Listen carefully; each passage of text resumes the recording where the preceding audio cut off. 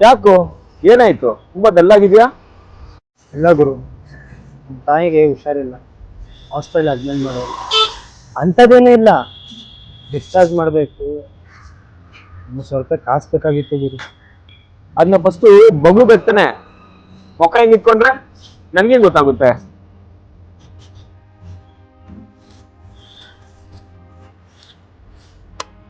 ನನ್ನ ಹತ್ರ 1000 ರೂಪಾಯಿ ಇದೆ, ಇನ್ನ 2000 ರೂಪಾಯಿ ಅರೇಂಜ್ ಮಾಡ್ಕೊಡ್ತೀನಿ. ಏನು ವರಿ ಮಾಡ್ಕೊಂಬೇಡ ಮಚಾ. ಹಾಯ್ ಮಚ. ಏನೋ ಮಚ, ಏನೋ ಕೊಡ್ತಿದ್ದೆ ದುಡ್ಡ. ಮಚಾ, ಅವ್ರಮ್ಮ ಹಾಸ್ಪಿಟಲ್ ಅಡ್ಮಿಟ್ ಮಾಡಿದಾರೋ, ಡಿಸ್ಚಾರ್ಜಿಗೆ ಕಾಸು ಬೇಕಂತ ಕೇಳಿದ 3000. ನನ್ನ ಹತ್ರ 1000 ರೂಪಾಯಿ ಕೊಟ್ಟೆ. ನಿನ್ನ ಹತ್ರ ಕಾಸಿದ್ರೆ ಏನಾದ್ರು ಕೊಡು. ಅಲ್ಲಿ ನೋಡು ಮಚ್ಚ. ಎಲ್ಲೋ ಇವನು, ಎಲ್ಲೋದ? ಎಲ್ಲಿ ಅವನು? ನನ್ನ ನೋಡಿದ ತಕ್ಷಣ ಓಡೋಗ್ತಾ.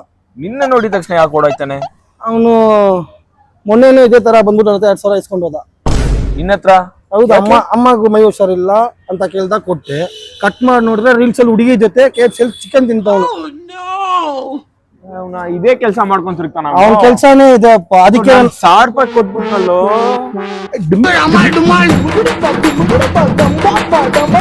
I'm gonna